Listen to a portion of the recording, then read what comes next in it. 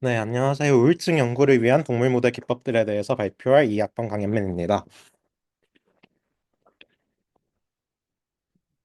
네, 발표 순서는 다음과 같습니다. 먼저 우울증 동물 모델에 대해서 간략히 소개를 드리고, 우울증 모델을 어떻게 생성하는지, 그러니까 어떻게 우울증을 유도를 시키는지, 그리고 우울증 증상을 어떻게 평가하는지에 대해서 기법들을 소개해 드리도록 하겠습니다. 저는 우울증과 관련해서 좀 행동과학적인 실험 기법들을 중심으로 설명드리도록 하겠습니다. 인간을 대상으로 한 우울증 연구는 뭐 다른 정신 질환과 마찬가지로 극히 제한적입니다. 어, 인간을 대상으로 한 우울증 연구 같은 경우에는 이제 혈액을 채취하는 것, 그리고 사후에 이제 조직을 검사하는 것, 그 정도로 이제 제한이 되어 있는데, 그래서 주로 동물 모델을 이용해서 우울증에 대한 연구가 진행되고 있습니다. 그러나 우울증 기전은 굉장히 복잡하기 때문에 어떤 생물학적 기전이라든지 심리학적 기전, 사회학적 기전이 모두 다 어, 이거 어떻게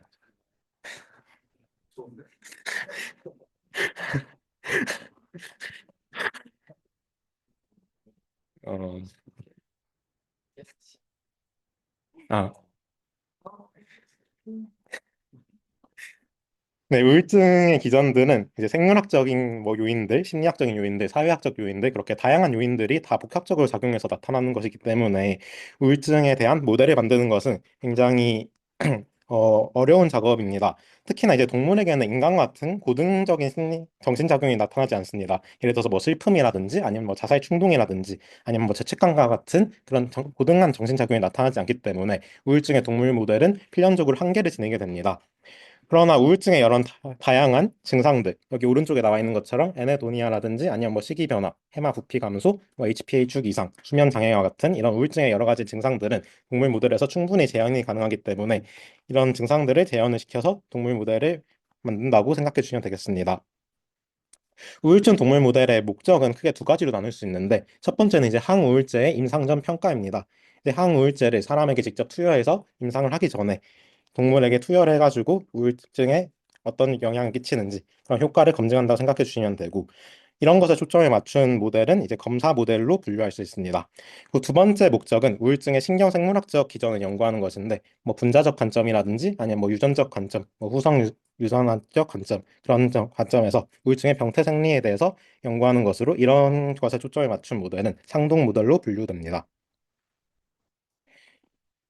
동물 모델의 평가 기준은 다음에 세 가지로 나타나는데 첫 번째는 이제 face validity, 즉 표면 타당도입니다. 표면 타당도라는 것은 이제 현상학적 유사성을 따지는 것으로 모델에서 나타나는 어떤 증상들, 우울증의 양상들이 실제 사람에서의 임상적인 우울증 양상과 유사하고 그리고 우울증의 특이적인가를 따지는 것입니다. 그래서 임상에서 나타나지 않는 양상이 모델에서 나타나지 않는가, 그리고 임상에서 우울증과 관련해서 나타나는 양상이 모델에서 나타나는가를 따지게 되는 것이 표면 타당도입니다. 반면에 구성 타당도, construct validity 같은 경우에는 이론적 배경과의 일치도를 따집니다. 그래서 재현하고자 하는 임상 양상이 이론적으로 명확하게 해석이 되는지, 그리고 이론적으로 우울증과 관련이 있는지를 가지고 타당도를 따지게 됩니다. 그리고 마지막으로 predictive validity 같은 경우에는 예측 타당도인데 약물 효과, 즉 항우울제 효과의 임상과의 유사성을 따지게 됩니다. 그래서 항우울제 역과의 유사도라든지 서로 다른 종류의 항우울제들을 구별해낼 수 있는지, 그리고 항우울제와 항우울제가 아닌 것들을 서로 구분해낼 수 있는지를 가지고 예측 타당도를 따지게 됩니다. 이 세 가지 타당도를 가지고 동물 모델, 우울증의 동물 모델을 평가하게 되는데 이 세 가지 타당도가 모두 다 높게 나타나는 모델을 만들기는 쉽지 않습니다. 앞서 말씀드린 것과 같이 우울증이 굉장히 복합적인 요인들이 결합되어 있는 질환이고 또한 동물 모델이 기본적으로 고등 정신작용이 나타나지 않는 그런 한계점을 가지고 있기 때문에 세 가지 타당도가 모두 높은 모델을 만들기는 쉽지가 않고 그래서 실험 목적에 따라서 뭐 예를 들어서 아까와 같이 항우울제를 검사하기 위한 모델이냐 아니면은 뭐 병태 생리를 탐구하기 위한 모델이냐 그럼 실험 목적에 따라서 모델을 선택적으로 사용하게 됩니다. 그래서 지금부터는 모델을 어떻게 생성하는지에 대해서 설명드리도록 하겠습니다. 모델의 생성이라는 것은 결국에 우울증 증상을 동물에서 어떻게 유발할 것인가에 관한 것인데 이렇게 네 가지 스트레스 모델, 제네틱 모델, 파르마콜로지컬 모델, 서지컬 모델로 나눌 수 있습니다.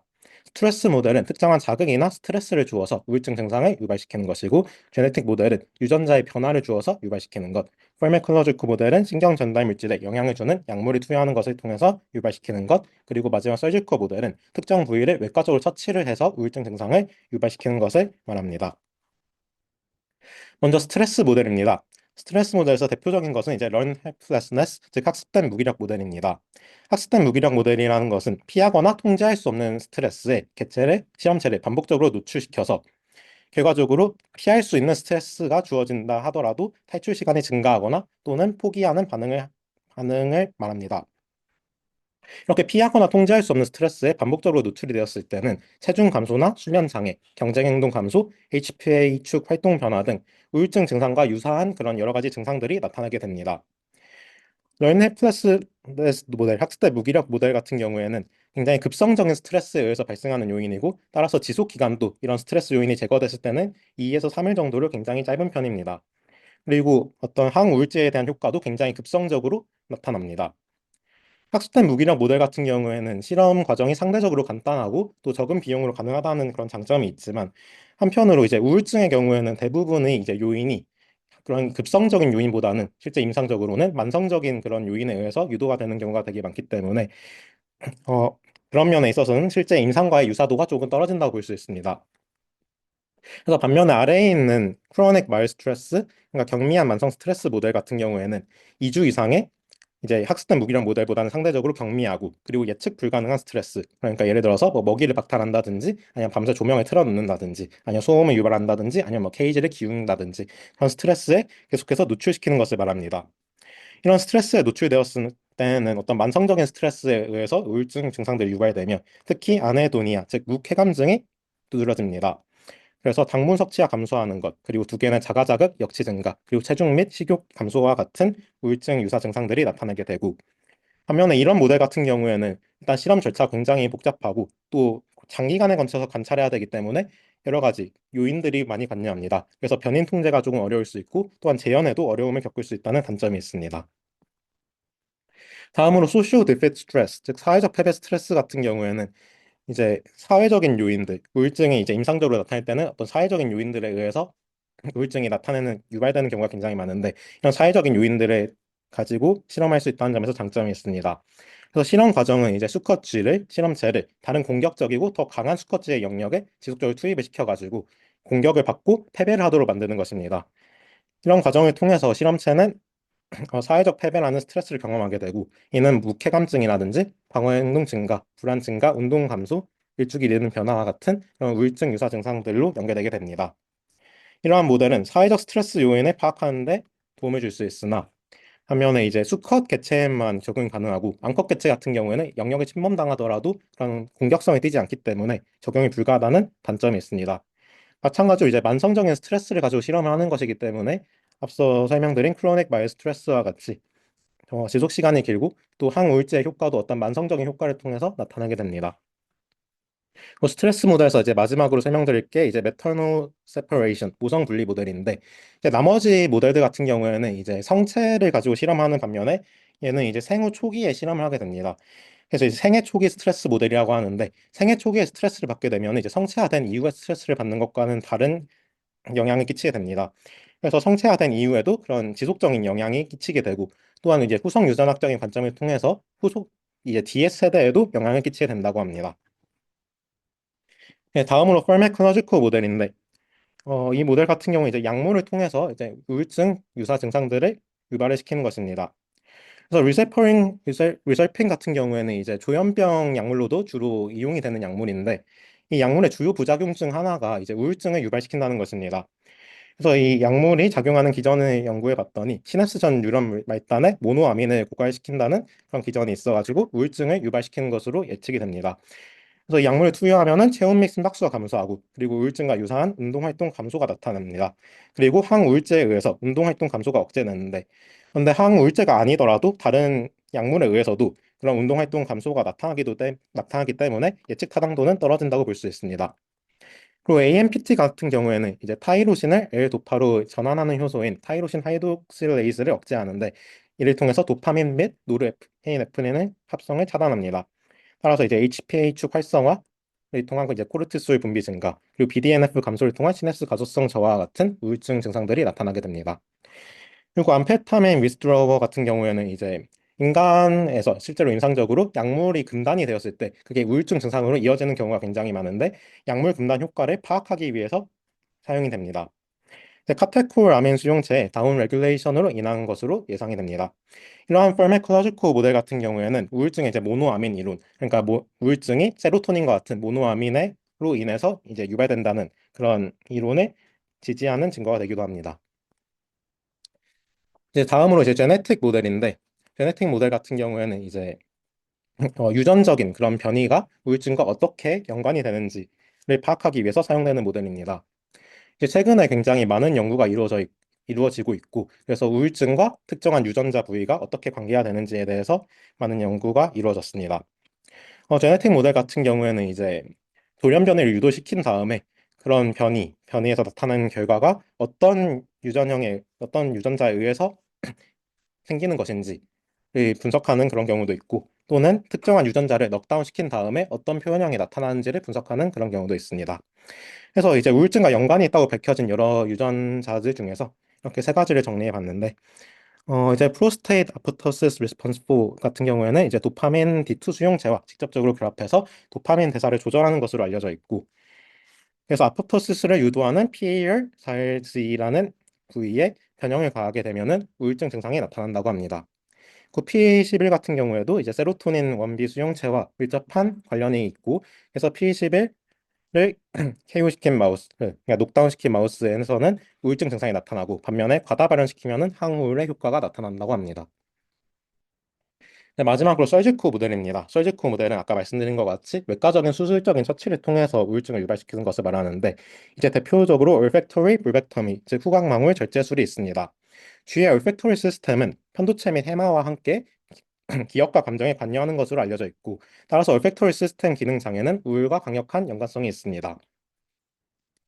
그래서 이렇게 절제를 했을 때 우울증과 유사한 신경화학적, 신경해부학적, 생리적, 내분비 및 행동 변화가 유도가 되는데, 그래서 뭐 공간 지각적 그런 학습 능력이라든지 아니면 회피 학습 능력이라든지 아니면 뭐 시기 같은 것에서 변화가 나타나고, 또 시냅스 수도 감소하는 것으로 나타납니다. 그리고 이렇게 후각망울을 절제한 객체에서 항우울제를 투여하게 됐을 경우에는 정상적인 표현형이 나타난다고 합니다. 이제 다음으로 우울증 증상을 어떻게 평가하고 측정할 것인지에 대해서 설명드리도록 하겠습니다. 우울증의 증상을 평가하는 것은 이제 행동을 관찰하는 것을 통해서 행동과학적으로 이제 평가를 할 수도 있고, 아니면 뭐 예를 들어서 혈액을 채취해가지고 뭐 코르티솔 농도를 측정한다든지, 아니면 뭐 신경 영상 기법을 사용한다든지, 그런 다양한 그런 기법들을 사용할 수 있는데, 저는 이제 행동과학적인 평가 기법들을 중심으로 설명드리도록 하겠습니다. 행동과학적으로 우울증과 관련해서 나타나는 증상들은 despair based, 그리고 reward based, 그리고 anxiety based 이렇게 세 가지로 나눌 수 있는데, despair based 같은 경우에는 이제 좌절 행동이 나타나는 것, 그리고 reward based는 이제 앞에서 말씀드린 것과 같이 이제 어 네, 에네도니아, 즉 무쾌감증이 나타나는 것, 그리고 anxiety based는 이제 불안증과 관련해서 우울증을 연구하는 것을 말합니다. 그래서 디스페어 베이스를 측정하기 위해서, 좌절 행동을 측정하기 위해서 사용되는 이제 실험 기법들은 크게 Forced Swimming Test (FST와) 그리고 Tail Suspension Test (TST로) 이제 두 가지가 존재하는데, Forced Swimming Test 같은 경우에는 이렇게 보이시는 것처럼 쥐를 나올 수 없는 물통에 투입을 시키면은 이제 쥐가 기어 오르거나 수영을 하다가 결국에는 움직이지 않게 됩니다. 그래서 이런 모델에서, 이런 실험에서 쥐의 행동은 클라이밍, 스위밍, 그리고 이모빌리티 세 가지로 분류가 되는데, 각 약물을 투여했을 때 각 행동 시간이 얼마나 지속이 되는지, 그리고 이모빌리티, 그러니까 더 이상 행동을 하지 않게 될 때까지 시간이 얼마나 걸리는지 가지고 그런 측정하고 비교를 할 수 있습니다. 포스 스위밍 테스트 같은 경우에 여기 지금 30cm 써져 있는데, 이게 물의 깊이에 따라서 뭐 세로토닌 선택적 약물에 대한 반응성이 달라지기도 하고, 그래서 뭐 물의 깊이 같은 것이 중요한 요소가 되기도 합니다. 풀 스위밍 테스트에서 세로토닌 선택적 약물을 투여했을 때는 주로 수영 시간이 이제 증가하는 반응이 주로 나타나고, 반면에 노르에피네프린 선택적 약물의 경우에는 클라이밍, 즉 등반 행동의 증가하는 반응이 나타나기 때문에 어떤 신경 전달 물질에 어떤 항우울제라든지 그런 약물이 작용하는지 어느 정도 예측이 가능하다는 그런 장점이 있습니다. 두 번째로 테오 서스펜션 테스트 같은 경우에는 이 그림과 같이 꼬리를 고정시켜서 거꾸로 매달아서 거둥대다가 움직이지 않을 때까지의 시간을 측정하는 것을 말합니다. 이제 앞서 설명드린 FST와 이론적 배경은 거의 유사하고 테오 서스펜션 테스트 같은 경우에는 이 체중에 제한이 있기 때문에 이제 렛 같은 경우에는 적용이 불가하고 마이스 햄만 적용이 가능하다는 그런 제한점이 있습니다. 테오 서스펜션 테스트 그리고 앞서 말씀드린 폴 스트리밍 테스트 모두 항우울제 투여에 선택적으로 반응이 일어나며 항불안성, 항정신성, 항콜린성 약물에는 영향이 나타나지 않기 때문에 어떤 예측 타당도가 높다고 볼 수 있습니다. 다음으로 리얼드 베이스드입니다. 리얼 베이스드는 이제 앞서 설명드린 아네도니아, 즉 무쾌감증과 관련해서 우울증 증상을 평가하는 것입니다. 수크로스 프리퍼런스 같은 경우에는 설탕이 든 병과 그리고 물이 든 병에 일정 기간 자유롭게 접근하도록 해서 어느 쪽을 많이 소비하는지를 측정하는 것을 말하는데 이제 일반적인 쥐 같은 경우에는 이제 본능적으로 설탕을 선호하는 그런 본성이 있기 때문에 기본적으로 설탕이 든 병에 있는 물을 많이 선호하고 즉 소비를 하게 되지만 우울증이 있는 그런 쥐 같은 경우에 개체 같은 경우에는 그런 본성이 약화되기 때문에 무쾌감증이 나오기 때문에 물의 소비량이 증가하게 됩니다. 그래서 이제 스크로스 프리퍼런스는 여기 지금 분모가 바뀌었는데 설탕용액과 일반 물 소비량, 즉 총 소비량 중에서 설탕용액 소비량 비율이 얼마나 되는지를 따져가지고 비교를 하게 되고 스크로스 프리퍼런스가 낮은 것은 에네도니아를 나타내서 그런 우울증 증상이 나타나고 있다고 볼 수 있습니다. 그리고 두 번째로 intracranial self-stimulation, 즉 ICSS가 있는데 이 실험 기법은 이제 뇌 내에 보상 관련 영역, 그러니까 뭐 도파민 이제 경로라든지 그런 곳에 전극을 삽입시켜서 특정 행동을 수행했을 때 전기 자극을 주어서 쾌락을 유발시켜서 그런 행동을 수행하도록 훈련을 시킨 다음에 그런 쾌락적 반응, 그 행동을 하도 유발할 수 있는 최소 자극 강도를 측정시키는 실험 방식을 말합니다. 이때 에네도니아, 즉 무쾌 감정이 나타나게 되면은 최소 자극 강도 그 역치가 높아지기 때문에 이를 통해서 우울증 증상을 비교할 수 있습니다. 어, 네, 마지막으로 이제 anxiety based 같은 경우에는 이제 불안을 중심으로 우울증 증상을 평가하는 것인데 이제 우울증이 나타나게 되면은 높은 비율로 불안증이 나타나고 또 불안증이 나타나게 되면은 높은 비율로 우울증이 나타나긴 하지만 이제 불안증이 나타난다고 해서 반드시 우울증이 나타나는 것은 또 아니기 때문에 그런 관점에 있어서 해석에 있어서 주의할 필요가 있습니다. anxiety based의 이제 실험은 오픈 field 테스트, elevated plus based 테스트, 그리고 dark light box 테스트 이렇게 세 가지로 나눌 수 있는데 오픈 필드 테스트 같은 경우에는 이 그림에서와 같이 개방된 공간에 실험체를 배치를 시키고 그 행동 패턴을 관찰하는 것입니다. 그 행동 패턴은 이 카메라 그리고 이제 컴퓨터를 통해서 자동적으로 분석이 된다고 합니다. 이제 설치류 같은 경우에는 밝고 개방된 공간에 대해서 회피 본능을 가지고 있고 또 반면에 낯선 곳에 대해서 탐색 본능을 가지고 있습니다. 그래서 이 두 가지 본능들이 충돌하면서 이제 탐색 본능이 올라가게 되면은 센터 존에 이제 가게 되는 것이고 어떤 회피 본능이 더 우세하게 한다고 한다면 이제 그 바깥쪽에 이제 주로 있게 되는 것인데 이를 통해서 불안 수준 그리고 운동에 대한 평가가 가능합니다. 근데 불안 수준이 높아지게 되면은 이제 안쪽에 많이 있기보다는 이제 바깥쪽에 주로 존재하게 되겠죠. 그래서 여기서 측정하는 것 중에 이제 라인 크로싱이라고 격자선을 가로지르는 횟수 그리고 이제 센터 스퀘어 엔트리스 그리고 듀레이션 그러니까 중앙 구역에 출입하는 빈도와 시간 그리고 리어링이라고 이제 뒷다리로 서 있는 빈도를 통해서 이제 불안 수준과 운동을 평가하게 됩니다. 이제 엘리베이티드 플러스 메이스 테스트 같은 경우에는 이렇게 십자로 된 길 위에 이렇게 한쪽에는 이렇게 칸막이를 통해서 어두운 공간을 마련해주고 반면에 다른 두 쪽에는 이제 열린 공간을 마련해주게 되는데 이때 이 바닥은 바닥에서부터 50cm 이상 높이 띄어져 있습니다. 그래서 높고 개방된 공간에 대한 회피 본능 그리고 낯선 곳에 대한 탐색 본능이 충돌했을 때 높고 개방된 공간에 대한 회피 본능이 우세하게 된다면 이렇게 칸막이로 막혀 있는 곳에 주로 있게 되고 탐색 본능이 우세하게 된다면 이제 개방된 공간에 주로 활동을 하게 됩니다. 그래서 이를 통해서 앞서와 마찬가지로 불안 수준과 운동을 평가할 수 있는데 열린 팔에 진입하는 빈도와 시간을 이제 닫힌 팔에 진입하는 빈도와 시간과 비교해서 평가할 수 있고 또 중앙 플랫폼에 체류하는 시간, 아까 앞서와 마찬가지로 두 발로 서게 되는 리어링을 통해서 불안 수준과 운동을 평가할 수 있습니다. 마지막으로 덜크 라이트 박스 테스트 같은 경우에는 이 그림에서와 같이 통로로 연결된 어두운 구역과 밝은 구역으로 구성된 상자에서 어두운 방에 실험체를 배치하고 나서 행동을 관찰하는 것입니다.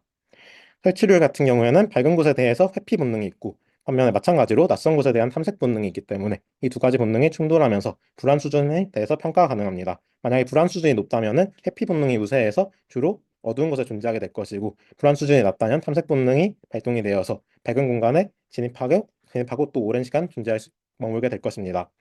그래서 밝은 방의 진입 횟수와 시간을 측정하는 것을 통해서 불안 수준을 평가한다고 볼 수 있습니다.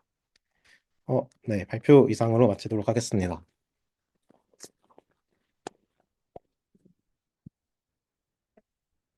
이제 올장에는 한 기준을 가지고 또 어떤 모델들이 개발되어 있는지 알 수 있었고 또 이제 그 모델을 활용해서 어떤 수 있는지까지 잘 알아볼 수 있었던 것 같습니다. 이 질문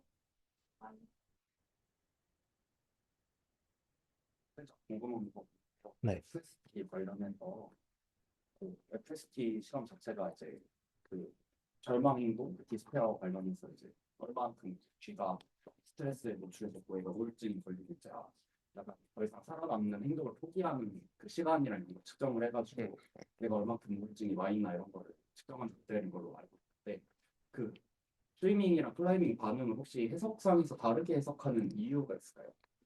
세로토닌이랑 관련해서 행동이 다르게 나타날 수 있다고 생각을 하는데 저 두 가지 행동을 해석하는 것 있어서 혹시 유의미한 차이가 있을까요? 아니면 그냥 어, 일단은 이제 제가 읽은 논문상으로는 이제 세로토닌 선택적 약물에서는 이제 수용 시간이 주로 증가하게 되고, 노르에피네프린 선택적 약물에서 이제 증강 행동이 증가한다는 것을 읽었는데, 사실 그 기전에 대해서는 이제 정확히 공부를 하지 않아서 이제 그냥 예측을 좀 해본다면, 이제 수용 시간이 증가한다는 것은 이제 단순히 그냥 생존을 하자는 그런 본능에서 기록된 것이고, 반면 등반 행동을 한다는 건 어떻게 보면 이제 적극적으로 이런 문제를 해결을 하는 것에 더 가깝기 때문에 그런 면에서 좀 차이가 있을 수 있지 않을까 그런 생각이 들었습니다.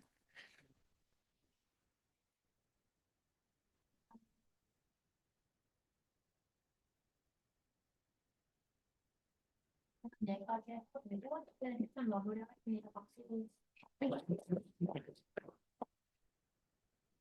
네, 이어서 그 보시면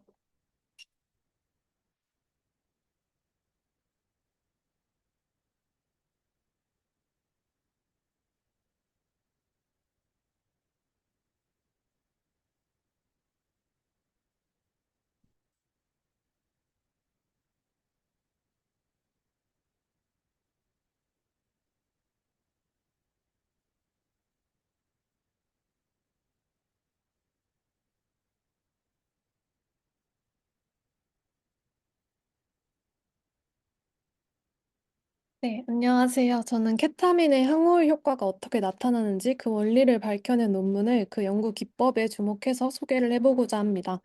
그 지난번 세션들에서 약간 신경과학 쪽은 덜 밝혀진 것이 많아서 특정 작용을 파악해서 그 부분을 타겟팅하는 약물을 만드는 일반적인 방법 말고도 효과가 있는 약물을 이용해서 어떻게 그 질병이 발생하는지 그 병리랑 약물이 발생하는 원리를 알아내는 방법이 있다고 말씀해 주셨는데 그게 좀 흥미로웠습니다.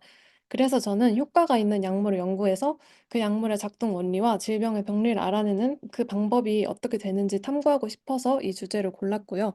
제가 소개할 논문은 여기 안 나와 있는데 mTOR dependent synapse formation underlies the rapid antidepressant effects of NMDA antagonist라는 제목으로 사이언스지에 투고된 논문이고요. 케타민의 항우 효과 발생 원리를 최초로 규명한 논문으로서 의의를 가지기 때문에 선정하게 되었습니다.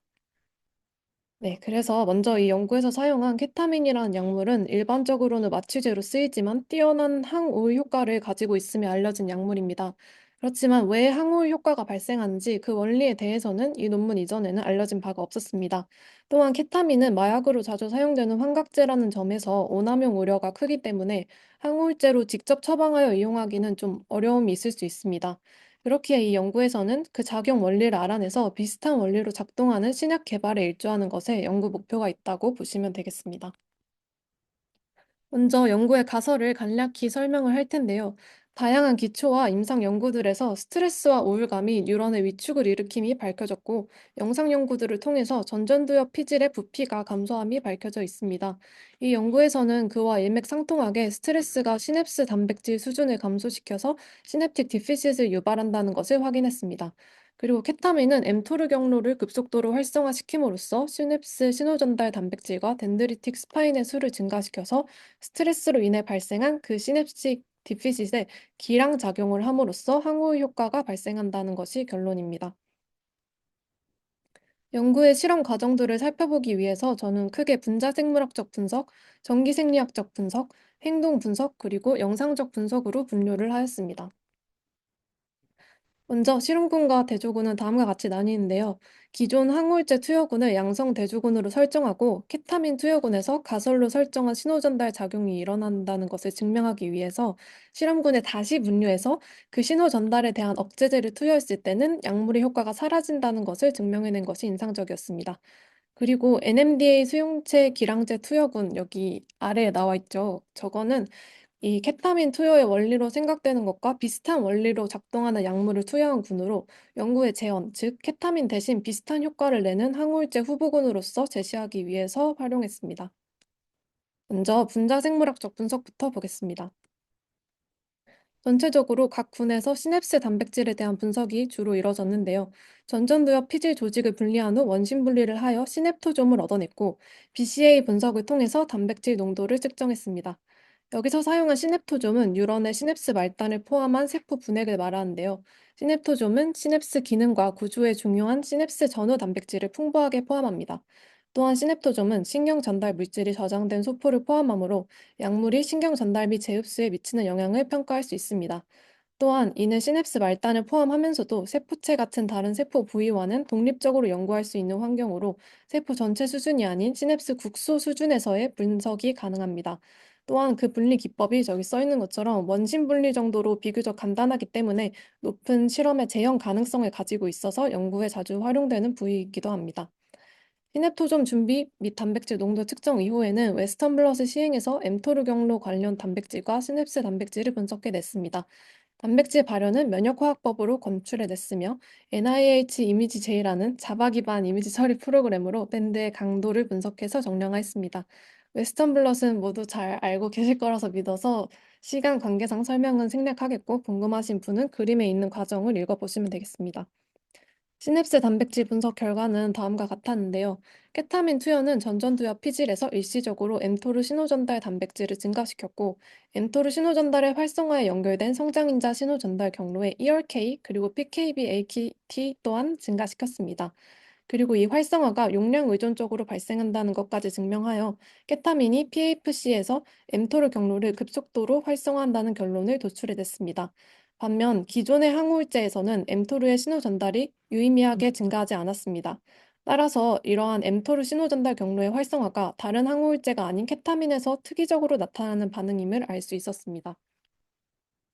또한 해당 경로들에 대한 억제제를 처리했을 때는 이러한 케타민의 효과가 사라진다는 것을 확인하여 해당 결론을 더욱 뒷받침하였습니다. 그리고 엠토르 경로의 활성화는 시냅스의 단백질 합성과 기능적으로 연결되어 스파인 시냅스의 형성, 성숙, 기능 등에 필요한 단백질의 생산에 기여한다는 점이 알려져 있는데, 캡타민의 엠토르 경로 유도가 이와 비슷한 기능을 하는지 알아보기 위해서 PFC의 시냅톤 유로점에서 시냅스 단백질의 레벨 변화를 분석해서 시냅스 전후 단백질의 발현 수준이 증가된다는 점을 확인했습니다. 이렇게 지금까지 분자 생물학적 분석을 통해서는 분자 수준의 변화를 분석하고 주된 가설의 확인이 이루어졌다는 점을 알 수 있었습니다. 다음으로는 전기생리학적 분석인데요. 여기서는 주로 분자적 분석에 대해서 좀 보충 근거를 잡아냈다고 보시면 되겠습니다. 먼저 뇌 슬라이스를 준비하여 레이어 5의 피라미드 뉴런을 적외선 차등 간섭 위상차 비디오 마이크로스코피를 통해서 관찰을 했는데요. 이 부분에 대한 설명은 뒤에 영상적 분석에서 조금 더 자세히 드리도록 하겠고요. 이후에 패치 클램프 기술을 이용해서 이 뉴런의 시냅스 후전율을 기록하여 시냅스 가소성을 확인했습니다. 여기서 패치 클램프 기술이란 단일 세포에서 이온의 세포막 통과에 따른 전류 전압을 측정하는 실험에 사용되는 기술로, 세포막을 가로지르는 전압을 제어해서 발생하는 전류를 기록함으로써 단일 이온 채널 분자의 전류를 알아내는 방법입니다. 이때 우측에 나타난 요 그래프를 보시면 하단은 이온 채널의 개방을, 상단은 폐쇄를 의미합니다. 따라서 패치 클램프 기술을 통해서 그래프를 그리면 시간에 따른 이온 채널의 개방과 폐쇄 두 상태 간의 전환되는 것을 확인할 수가 있습니다. 다음으로는 ESC 기법을 사용했는데요. 렛에서 귀 클립 전극을 이용해서 뇌 전반에 시저를 일으킴으로써 신경 전달 물질의 방출을 증가시키고 이후 신호 전달 단백질의 변화를 분석하는 방식을 이용했습니다. 이 기법은 신경 전달 물질의 방출을 증가시키는 효과적인 방법으로서 신경 전달 물질을 이용한 분석에 자주 사용되고요. 약간의 TMI 설명을 드리자면 정기 경련 치료라고 해서 정신과적 질환의 상태를 개선하는 치료 방법의 하나로 사용되기도 합니다. 이러한 과정을 거쳐 분석한 결과 케타민 투여 시 피라미달 뉴런의 세로토닌, 히포크레틴, 그리고 오렉신에 대한 반응도가 증가되었고 엠토르 경로를 억제하는 라파마이신을 투여했을 때는 해당 효과가 사라졌다는 것을 확인함으로써 케타민의 엠토르 경로를 통한 시냅스 강화 효과에 추가적 근거를 얻어냈습니다. 다음으로는 행동 분석입니다. 행동 분석에서는 가설에 대해서 행동적 수준에서 확인을 했다고 보시면 되겠습니다. 실험으로는 강제 수용 테스트, 새로운 환경 먹이 찾기 테스트, 그리고 학습된 무기력을 사용했는데 실험 방법들은 앞선 발표에서 강현민 학우님께서 잘 설명해 주셨다고 생각해서 생략하도록 하겠습니다. 여기서 FST와 LH는 데스페어 모델로, NSFT는 엔사이어티 모델로 사용되었습니다. 확인 결과 케타민 투여는 세 모델 모두에서 전통적 항우울제보다 훨씬 빠르고 효과적인 항우울 효과를 발생시켰으며 라파마이신의 투여는 해당 효과를 제거했습니다. 또한 ERK와 PI3K, AKT 억제제도 효과를 제거했고 각 효과가 모두 용량 의존 쪽으로 발생함을 확인함으로써 엠토르 신호 전달의 활성화가 케타민의 항우울 효과 발생에 관련되어 있음을 행동 수준에서도 확인에 마쳤습니다. 마지막으로 영상적 분석입니다. 영상적 분석에서는 이광자 레이저 스캐닝 현미경을 이용해서 전전두엽 피질의 레이어 5 피라미덜 뉴런에서 수상돌기 가시의 프록시멀 그리고 디스털 영역을 촬영해서 가시 밀도를 측정했습니다. 여기서 아까 말씀드린 레이어 5의 피라미덜 뉴런이 다시 등장하는데요. 왜 이 연구에서는 하필이면 2층을 관찰한 것인지, 다시 말해서 연구를 할 때 브레인에서 관찰 영역을 어떻게 세팅을 해야 되는지 궁금증이 생깁니다. 그래서 이에 대해서 간단한 설명을 드리자면, 먼저 레이어 5를 관찰한 것은 해당 층의 구조적, 기능적 특성 때문이라고 볼 수 있습니다. 우선 이 층은 피질의 주요 출력층으로 주로 피라미드 뉴런으로 구성되어 있으며 이 뉴런은 원거리 투사 뉴런으로 뇌의 여러 영역 간 정보 전달에 핵심적인 역할을 합니다. 또한 해당 뉴런은 해마, 시상 편도체 등 기분 조절과 관련된 영역과 연결되어 우울증 변리와 밀접한 연관을 가지고 있습니다. 또한 2층은 뉴런의 수상돌기 가시 밀도가 높아서 시냅스 가소성 연구에 적합하며 이 연구에서는 케타민이 수상돌기 가시 밀도를 신속히 회복시킨다는 것을 제안하고 있으므로 2층이 주요 관찰 타겟이 되는 것입니다. 뿐만 아니라 여기 옆에 그림을 보셔도 확인할 수 있듯이 이 레이어 5 층이 뉴런이 크고 가시가 풍부해서 패치 클램프와 현미경 관찰에도 매우 적합합니다. 여기 이 초록색 뉴런이 있는 저 지점입니다. 그래서 영상적 분석의 결과는 다음과 같습니다. 케타민의 투여는 시냅스의 수와 가시의 형성 정도를 급속히 증가시켰습니다. 그리고 라파마이신은 반대로 해당 효과를 제거했습니다. 이광자 이미지 현미경으로 에이피컬 터프트의 가시 수와 형태를 분석한 결과 케타민 투여가 가시 밀도를 디스털과 프록시멀 부위 모두에서 증가시킴을 확인할 수 있었습니다. 또한 스파인 중에서 머쉬룸 스파인이 있는데 이는 스파인 성숙과 시냅스 강화의 지표로 사용됩니다. 케타민은 이 머쉬룸 스파인의 수를 증가시켰으므로 시냅스 강화에 일조한다는 것을 재확인할 수 있었습니다. 이를 통해서 케타민의 엠토르 활성화 효과가 시냅스 단백질 합성에 기능적으로 기여한다는 것을 확인했습니다. 그리고 이제 지금까지 설명드린 각 분석 방법의 핵심을 요약하고 마무리하도록 하겠습니다. 분자생물학적 분석에서는 시냅토존 분석과 웨스턴 블럿을 통해서 케타민이 엠토르 경로와 시냅스 단백질에 미치는 영향을 확인하여 분자적 수준에서의 효과를 확인했습니다. 다음으로 전기생리학적 분석에서는 패치 클램프 방식과 엘렉트로 컨버시브 쇼크 방식을 이용해서 뉴런의 전기적 활동과 시냅스 가소성을 기록함으로써 케타민의 시냅스 강화 효과에 대한 추가적 근거를 제시했고요. 이후 행동적 분석에서는 케타민의 항우울 효과가 엠토르 경로를 통한 것임을 행동 수준에서도 확인을 해냈습니다. 마지막으로 영상적 분석에서는 수상돌기의 가시를 분석하여 엠토르 활성화와 시냅스 단백질 합성의 기능적 관련성을 확인하고 케타민의 시냅스 구조 복원 효과를 시각화해냈습니다. 이것을 오늘 주제인 연구 방법론 측면에서 생각을 해보면 약물의 원리가 어떤 신호 전달 경로를 통해서 발생함을 증명하기 위해서는 크게 약물을 투여할 경우 해당 신호 전달 경로가 활성화된다는 것에 대한 확인, 그리고 반대로 신호 전달 경로에 억제제를 투여할 경우 약물의 효과가 발생하지 않는다는 것에 대한 확인, 그리고 이것이 용량 의존적으로 발생하는지에 대한 확인이 필요하다는 것을 알 수 있었습니다. 그리고 이 과정을 분자적 분석을 통해서 분자 수준에서 전기생리학적 기법을 통해서 세포 그리고 이온 채널 수준에서 영상적 분석을 통해 시스템 및 기능적 수준에서 행동 실험을 통해 개체 수준에서 확인하는 연구 설계가 필요하다는 것을 확인했습니다. 네, 이상입니다.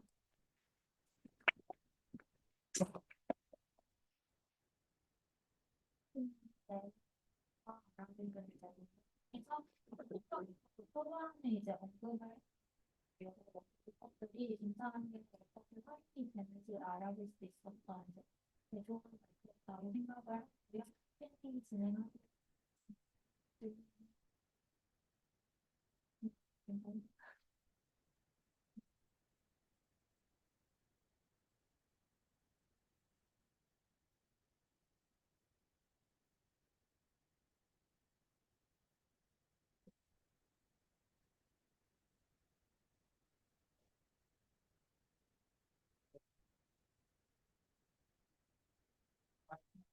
그래서 이렇게 진입이 보호하겠다. 네, 처음에 환경적인 거 상관 근데 약간 그렇게 안 되는 너무 많이 활성화돼 있어가지고 갑자기 분위기가 그러면 그냥 정리하는 것만 생각하고 이번에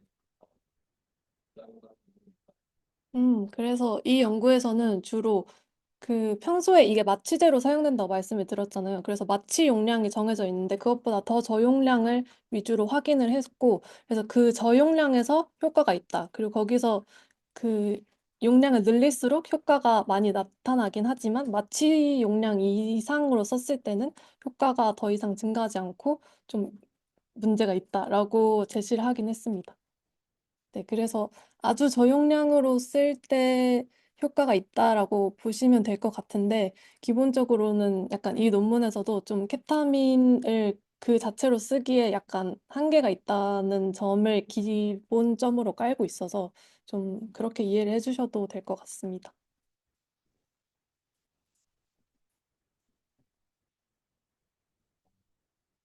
소비인체 하비트 상승 기능의 전개심리학적 분석 그렇지. 여기서 아, 하비 하비 파이브에서 개인체 시험을 가지고 세로토닌 반응도 이제 케타민 투여의 크게 증가하니까 이거 이제 지금 케타민 투여의 크게 증가한 거랑 세로토닌 반응도 증가한 거랑 어떤 밸런스가 있는지 사실 그것도 약간 한계점이긴 한데요. 왜냐면 케타민이 이런 원리를 어떻게 발생시키는지에 대해서는 아직 규명을 하지 못해서 그래서 이후에 추가적인 연구를 통해서 알아낸 것으로 알고 있습니다. 그래서 이 논문이 약간 오래된 논문이에요. 왜냐하면 케타민의 첫 약간 원리를 규명하는 수준에 다다른 거고, 그다음에 여기서 이 저자들이 조금 더 연구를 해가지고 어떻게 그 원리를 발생시키는지를 조금 더 연구를 하긴 했는데 이제 그 부분까지는 제가 미처 조사를 다 하지 못했습니다.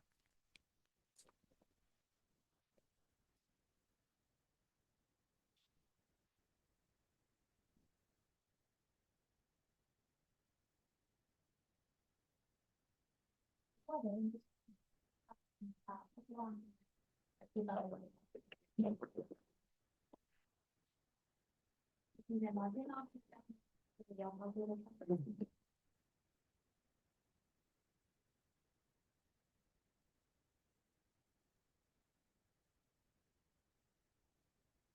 그래서 안 써서 그랬지. 응, 그래서 응.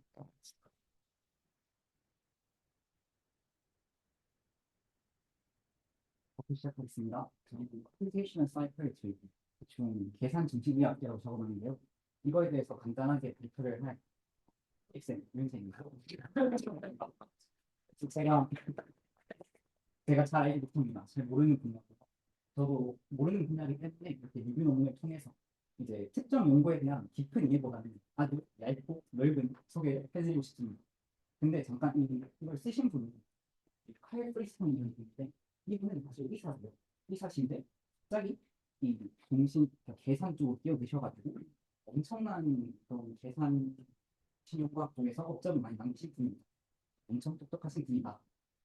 그래서 사실 이 컴퓨테이셔널 사이코메트리라는 분야가 워낙 아직은 좀 이제 듣보잡 그런 느낌이라서 언어 같은 것도 임팩트 팩터가 굉장히 낮고 어, 굉장히 인정하는 분위기. 모 교수님 같은 경우는 이게 어떻게 과학이냐, 이건 과학이 아니라 실험이다, 이런 걸 하는 분이 제가 실제로 여기 있고, 그래도 이제 이 몰리큘러 사이코메트리가 네이처 자매들로 상당히 유망 임팩트 팩터가 10조도 안 되는 좋은 저널이거든요. 그런 데서도 이런 걸 조명한 만큼 특히 최근에는 대두되고 있는 분야다라고 이해하시면 좋을 것 같습니다. 네, 목차는 먼저 컴퓨테이셔널 사이코메트리가 뭔지 알아보고 그 다음에 이 컴퓨테이셔널 사이코메트리스트들이 가지는 기본 관점에 이 사람들이 우리 뇌의 지각 과정을 어떻게 이해하고 있는지, 그리고 그 치료 환자를 어떻게 이해하고 있는지 살펴보고, 마지막으로 이 컴퓨테이셔널 사이코메트리의 방법이 어떤 식으로 연구에 활용될 문제를 간단하게 정리할 겁니다. 아까도 말씀드렸지만 아주 얇고 넓게 한번 살펴보겠습니다. 먼저 기본 개념부터 살펴보죠. 글씨가 깨졌어요. 너무 슬픈데 컴퓨테이셔널 사이코메트리. 사이코메트리는 정신이야 여러분 다 아실 것 같아요. 근데 컴퓨테이셔널 이 말이 문제인데 사실 어떤 과학자님께서 이런 농담을 하시더라고요. 어떤 저는 최신, 첨단, 계산 붙으면 걸러 이런 농담을 하시는데 그만큼 컴퓨테이셔널이라는 거는 끝났고 또 때로는 굉장히 피상적으로 사람들이 안 좋게 보는 그런 경향이 있습니다.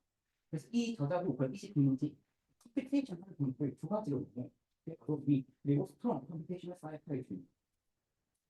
윗이란 거는 결국 이 윗과 스트롱은 뭘 설명하는 거냐면 이 어떠한 이론이 예측력, 설명력을 가리는 거라 생각하시면 돼요.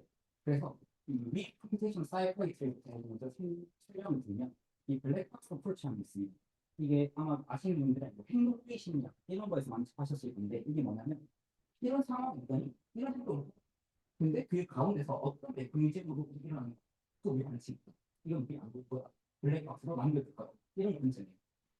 머리가 일반이 굉장히 많이 조명하는 겁니다. 그러니까 우리 이 상황에서 뭐가 틀어졌을 때, 이 상황이 보였을 때, 그럼 예측력은 떨어집니다. 반면에 이게 스트롱 컴퓨테이션 사이클, 그러니까 단순히 요거 뒤에 건 딴 걸로 바꾸셔야 돼요. 뭐 스트롱 데이터 사이언스 이런 식으로.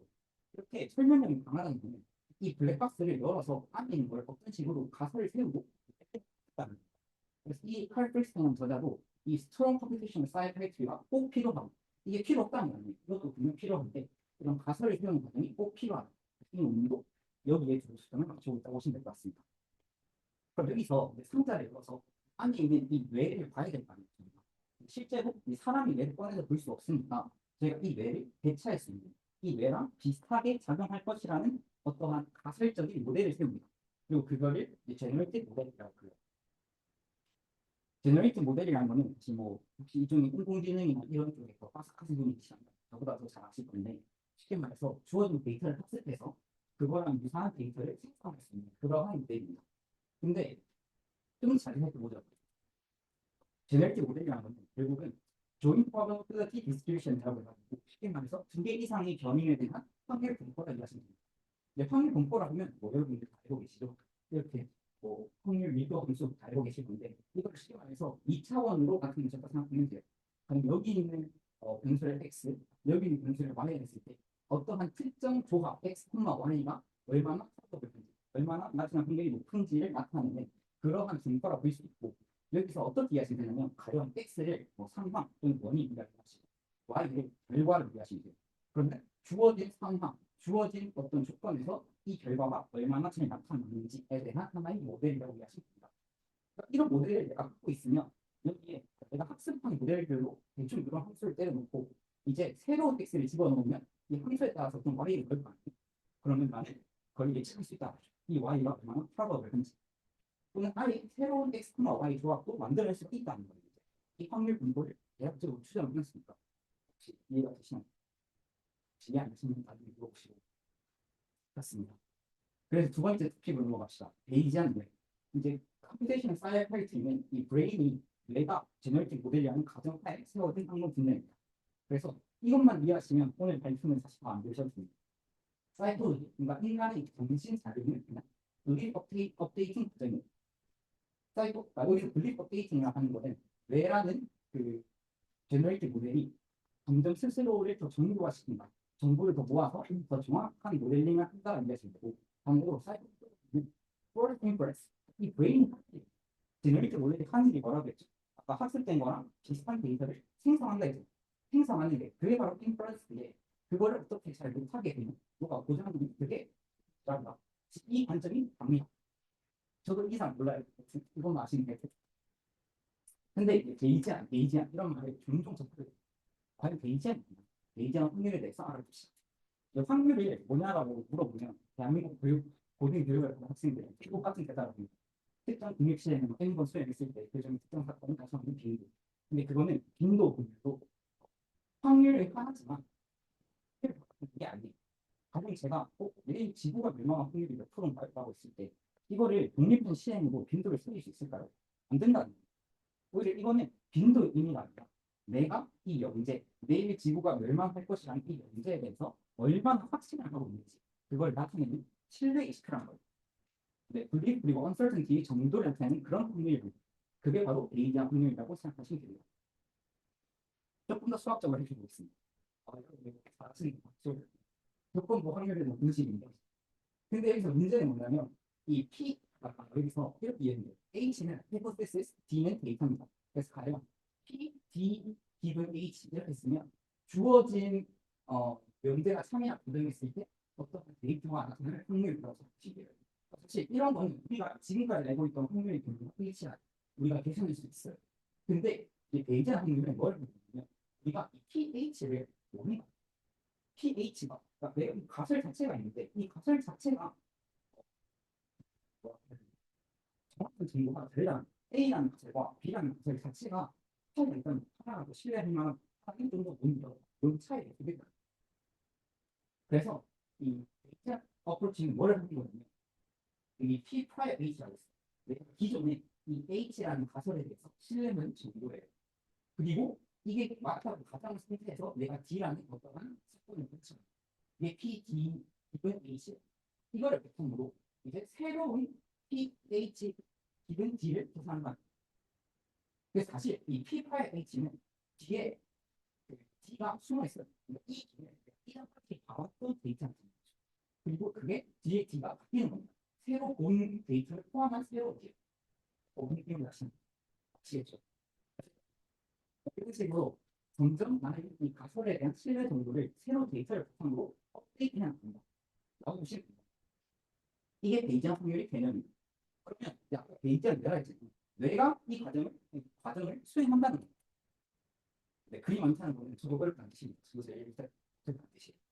그러니까 뇌가 기존 그런 세상을 설명하는 제너레이티브 모델이 확률 분포라고 했죠. 이 제너레이티브 모델이 파일 H를 가지고 있다는 거예요. 그러니까 뒤에 아까 말씀드렸죠. 여기 뒤에 D 이때까지 뭐 있다고 생각하셔도 돼요. 이 상태에서 내가 새로운 경험을 합니다. 새로운 데이터 D를 관찰하게 됩니다. 그러면 이거를 내가 이렇게 표현해요. P 파일 H를 가지고 있다는 것 자체가 뭐냐면 앞으로 내가 볼 것에 대한 어떠한 가설을 만들어 내겠다는 거예요. 이 과정이 아까 말씀드렸던 인프런스입니다. 내가 주어진 내 이때까지 경험한 걸 바탕으로 앞으로 저를 위해 대한 최선의 가설을 내는가. 그 상태에서 이제 새로운 데이터를 보고 그걸 바탕으로 학습을 해서 이제 이 pH를 아까 이 pH 기준 D로 업데이트한다 했죠. 그래서 이게 바로 블립 업데이팅 과정입니다. 계속 업데이트 된다. EFS가 있고 그러니까 한번 그림을 observe해보면 이게 뇌라는 제너레이티브 모델이 있는데 이게 항상 프레딕션을 만듭니다. 프레딕션을 만들고요. 이게 이제 세상이겠죠. 세상과 프레딕션을 비교해서 이 데이터를 바탕으로 학습을 한다면 그러면 제너레이티브 모델 자체가 이제 바뀐다는 거예요. 한편 우리 뇌는 단순히 생성만 하는 게 아니잖아요. 몸을 조종해서 세상을 바꾸기도 합니다. 복잡한 생성체입니다. 근데 이제 저희가 이 제너레이티브 모델이다는 좋은데 그게 뭐랄까 허공에 붕 뜬 소리가 들면 안 되잖아요. 우리 뇌는 실제적으로 존재하는 물질이잖아요. 그러니까 분명 방금 말한 그 제너레이티브 모델이라는 어떤 실제 심장 회로랑 접점이 있을 것이다라는.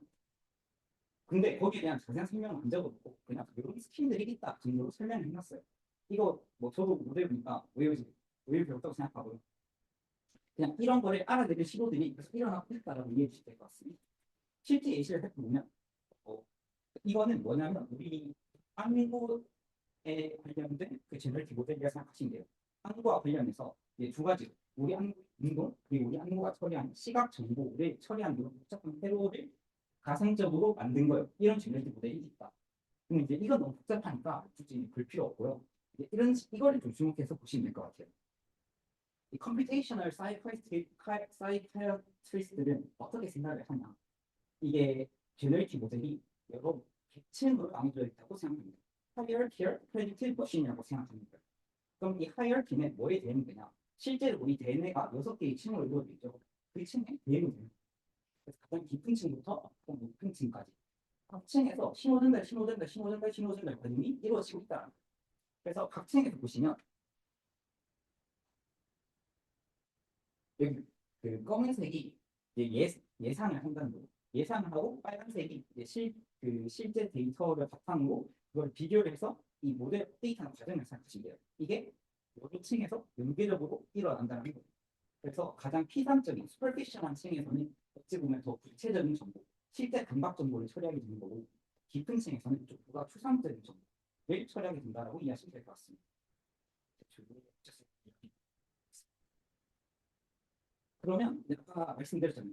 업데이트를 해야 한다. 이 뇌가 업데이트를 한다. 그럼 그 업데이트를 하는 원동력, 내가 업데이트를 어떻게 하는지로 우리가 수학적으로 모델링을 할 수 있다는 거예요.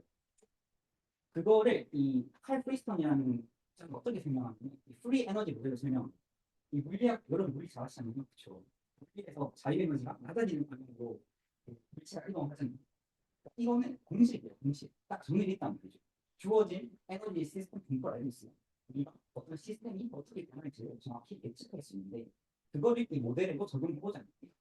그러니까 좀 더 예시를 들어드리면 여기에 그 수학적으로 정확하게 정리된 국면이 있다고 쳐봐요. 여기에 이 공을 반드시 이 경로를 따라 이동할 수밖에 없습니다. 왜냐하면 이 경로는 매 순간 가장 경사가 심한 경로를 따라 이동합니다. 이해되시겠죠? 네. 그래서 이렇게 이동 안 하고 더 경사가 낮은 지점으로 이동하지 않는다는 거예요. 그럼 저희는 하나만 알면 돼요. 그러면 이 공면을 어떻게 정의할 것인가? 이 공면이 바로 프레딕션 에러의 함수랍니다. 이 프레딕션 에러는 사실 말만 들어도 아실 것 같죠. 이 뇌가 만들어낸, 뇌가 가지고 있는 그 제너레이티브 모델과 실제 세상의 차이. 네, 맞아요. 그거예요. 그게 다고. 그러면 이거는 저희 이해거든요. 제가 수학적으로 이 개념을 정확히 이해하는 게 아니라서 틀릴 수도 있지만 가령 2차원이니까 x, y를 치면 이 x랑 y가 이 모델의 함수 작동하는 방식을 일단은 파라미터라 생각해 보세요. 그러면 이 모델이 이렇게 내려온다는 거는 파라미터를 조정한다는 의미겠죠. 그러면 이 파라미터가, 즉 모델이 어떻게 변화하게 될지를 우리가 이 프레딕션 에러 함수를 계산하면 알 수 있다. 근데 사실 이런 거는 중요한 것보다 프레딕션 에러가 있으면 내가 모델을 바꾼다. 내가 모델을 업데이팅 한다. 중요한 거죠. 근데 여기 한 가지 알아야 되는 개념이 더 있어요. 지금 개념이 뭐 프레딕션 자체, 컨퍼런스라는 개념이 있고 그다음에 프레딕션 에러라는 개념이 있고 하나 더 하면 이게 프리시전이에요. 프리시전. 아까 이 하이어키라고 말씀드렸잖아요. 대칭입니다. 대칭. 우리가 소식도를 볼 때 하늘에는 되게 많지만 결국 위쪽으로 가면 좀 수렴되는 양상이 있잖아요. 그러면 여기에는 굉장히 수많은 정보가 들어올 거란 말이에요.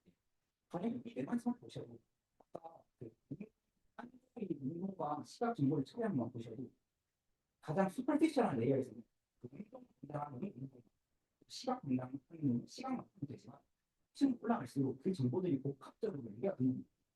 그러면 그렇게 복합적으로 정보를 처리할 때 가장 딥한 몸은 혹시 세 놈이 다 시끄럽게 말했네. 이 중에 어느 거를 더 중요하게 여겨야 되지? 가중치를 어디에 둬야 하지를 고민하게 되고 가중치가 바로 프리시전이라는 단어의 의미입니다. 아시겠죠?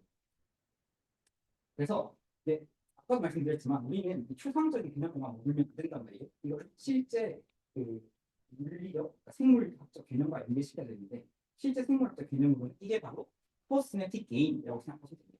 쉽게 말해서 시냅스가 얼마나 활성화가 잘 되느냐, 이 뉴런이 얼마나 잘 활성화되느냐라고 보시면 돼요.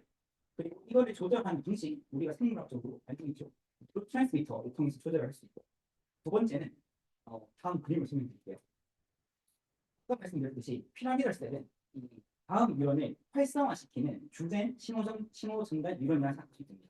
근데 여기 있는 것들은 다 억제 특성 뉴런이거든요. 이런 것들이 덕지덕지 붙어 있다는 거예요. 그래서 이 피라미달 뉴런에 어떤 신호가 들어와도 그게 오직 리니어하게 전달되는 게 아니라 예능의 작용에 의해서 크기가 상쇄되거나 더 커질 수 있다는 겁니다. 이런 식으로 익사이터빌리티가 조절되고 있다. 이게 뭐다? 프리시전이다. 이런 식으로 프리시전을 조절하는 기전이 있다.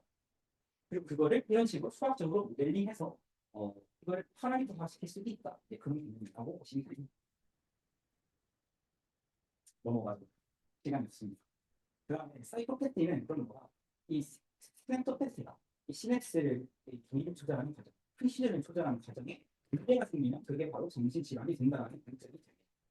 그래서 이거는 별로 안 중요한 거고 그냥 읽어보시면 돼요. 네, 넘어갈게요. 그래서 활용 예를 좀 보겠습니다. 여기서는 하나는 아닌데요. 그러면 우리가 그 모델을 만든다 했잖아요. 그 시냅틱 에피커스에 대한 모델을 만든 거를 다이내믹 캐주얼 모델링 DCM이라고 불러요. 그냥 이것만 알고 넘어가시면 돼요. 그래서 실제적인 사례를 보면요. 먼저 스키조프레니아 조현병 연구를 보겠습니다. 여기 보시면 이게 바로 그 방금 보여드린 DCM, 제너레이티브 모델의 예시예요. 이런 식으로 뭐 V1이면 이제 프라이머리 비주얼 코텍스로 그다음에 이런 식으로 연관이 돼 있다는 모델을 먼저 세웠고 여기에 실제 인상 데이터를 피팅하는 거예요. 이 연구에서는 그 피팅하는 과정이 이제 직관적으로 드러나지 않는데 대략적으로 하면 이거는 ERP라고 해서 어떤 특정한 자극을 주고 그 자극을 준 시점으로부터 시간이 지날 때 뇌의 여러 지점으로부터 이 시그널이 어떻게 발생하는지를 측정한 겁니다. 근데 보시면 이 컨트롤 같은 경우 정상일 경우는 파란색과 빨간색의 차이가 그렇게 좀 나요. 네, 나요. 네. 하지만 이 스키즈프레니아 환자 같은 경우는 이 차이가 나지 않는답니다. 그러니까 이걸 제가 설명을 좀 급하게 했는데 예상 가능한 자극 가령 삐 하다가 삐 소리를 내는 그런 실험을 하면 이 삐 반과 삐 소리에 대한 반응이 정상 환자는 충분히 많은데 스키즈프레니아 환자는 그렇게 같지가 않는다는 거예요. 왜냐하면 프리시전이 조절되지 않기 때문에 원래 우리는 새로운 정보에 민감하게 반응하기 위해서 새로운 정보에 대한 그 개인을 높여놓는데 그게 조절이 안 된다는 거예요. 그런 거를 컴퓨테이션 연구를 통해서 알 수 있다. 시간이 바빠서 느껴지는 빨리 갑시다. 또 간질 연구. 이게 조금 더 제가 이야기하는 직관적이라 느꼈는데 이런 식으로 연구를 했다는 거예요. 이 뒤에서 어떤 그 실험 데이터를 뽑아내요. 이 데이터를 사용해서 모델을 밸리데이션을 합니다. 그럼 이 밸리데이션한 모델을 이제 우리가 관심이 있는 연구 주제에 적용하는 거예요. 이 연구는 뭘 한 거냐면 이게 여기까지 이제 쥐를 바탕으로 만든 모델이잖아요. 근데 실제 사람에서 이 뇌파가 발작성으로 이렇게 이상한 경우가 있대요. 그럼 그게 왜 일어나는지가 궁금한 거예요. 그러면 이 모델을 가지고 파라미터를 뽑아가면서 이 파라미터를 건드렸더니 실제 임상은 요 결과가 나타나네?를 찾는 그런 연구인 거예요. 근데 뭐 이 전체 과정을 다 제가 이해하지 못했고 이제 마우스로부터 DCM을 만드는 과정만 좀 보여드리면 먼저 실험 자체는 이렇게 했습니다. PTG라는 약물이 있어요. 에필lep시를 유발하는 약물입니다. 그리고 이 사람들이 세운 가설이 이 NMDA 리셉터에 안티바디를 쳐서 얘를 차단시키면 그것도 에필lep시 발생에 영향을 줄 것이다. 그래서 이 두 가지 조건이니까 총 네 가지 그룹이 있겠죠. 이 네 가지 그룹에서 이 시냅틱 에피커시를 측정을 하는 겁니다. 그래서 시냅틱 에피커시, 시냅스에서 얼마나 정보가 잘 전달되는지는 두 가지. 얘가 얼마나 빨리 전달되는가, 타임 컨스턴트, 커넥션 스트렝스. 이렇게 얘가 얼마나 정보가 세게 전달되는지 두 가지로 파악을 한 겁니다. 그 다음에 PCA라는 정보 기법인데 PCA는 어떠한 데이터를 영향을 주는 여러 가지 변수 중에서 그 변수를 조합해서 얘를 가장 크게 영향을 주는 하나의 변수를 찾는 거예요. 조금만 설명해 드리면 제가 사람들을 구별할 때 눈만 보고 구별을 하죠. 코만 보고. 그러면 제가 이렇게 그래프를 그리면 사람들이 눈이 다른 정도, 사람들이 포가 되는 정도로 하고 점들을 막 찍어요. 그러면 가령 그게 분포가 대각선 같다 칩시다. 그러면 저는 어떻게 보는 거냐면 요 선이 있거든요. 이 선이면 대충 그눈 50%, 코 50% 정도 되는 거거든요. 그럼 저는 0.5, 거기 0.5코라는 정보를 바탕으로 사람들을 가장 잘 구별할 수 있다는 거예요. 그게 사람의 정체성과 가장 수학적으로 설명이 못하겠어 이해하시는 모르겠지만 여튼 그걸 사용해서 뽑아낸 데이터에서 타임 컨스턴트를 요 모델에서 타임 컨스턴트를 가장 잘 설명하는 변수 하나 요 똑같은 모델에서 이 컨벡션 스트레스를 가장 잘 설명하는 변수 하나를 뽑아요. 그럼 그 변수가 두 개 있잖아요. 그래서 2차 공간을 만들고 그 위에 다시 실험 데이터를 분포시킨 거예요. 그랬더니 뭐가 보이더냐? 그랬더니 PTG를 처리한 그룹일수록 또 이 NMDA 리셉터 안티바디를 처리한 그룹일수록 이 델타파가 더 심하게 나타납니다. 참고로 델타파는 이 에필lep시 같은 병적 뇌 상황에서 더 잘 나타난다고 봅니다. 이런 거를 확인한 거는 모델을 리레이션에 한 거예요. 이런 거 관심 있으시면 논문 첨부했으니까 찾아보시고요. 마지막으로 진짜 간단하게만 설명드리겠습니다. 이거는 굉장히 간단한 예제예요. 이런 컴퓨테이셔널 사이카이트리가 어떻게 적용되어 있습니까? 근데 첫 번째로 개개인을 설명하는데 쉽게 적용할 수 있습니다. 그러니까 요즘 뜨고 있는 퍼스널라이즈 메디슨의 관점인 거죠. 네, 그냥 그렇습니다. 두 번째로 질병 분류하고 적용할 수 있어요. 이것도 정말 다른 연구와 재밌는 게 하나 있는데 시간에서 설명드리겠습니다. 그리고 마지막으로 컴퓨테이셔널 뉴로피지올로지 이거는 굉장히 재밌는 분야입니다. 실제 뇌와 비슷한 방식의 제너레이티브 모델을 만들었다. 그러면 내가 사람한테 못하는 그 잔혹무도한 실험들을 얘한테 해보자는 거예요.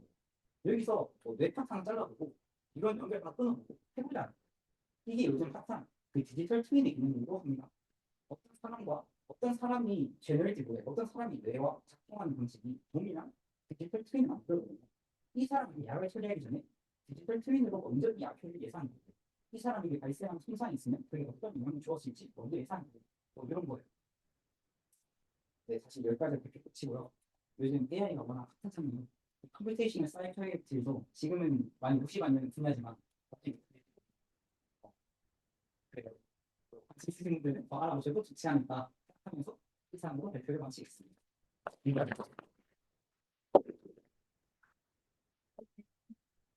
발표 잘 들었고요. 질문 제가 소소한 질문을 하나 아까 그 넷플릭스 나온데 그림은 본인이 그리신 건가요? PPT를 보였습니다.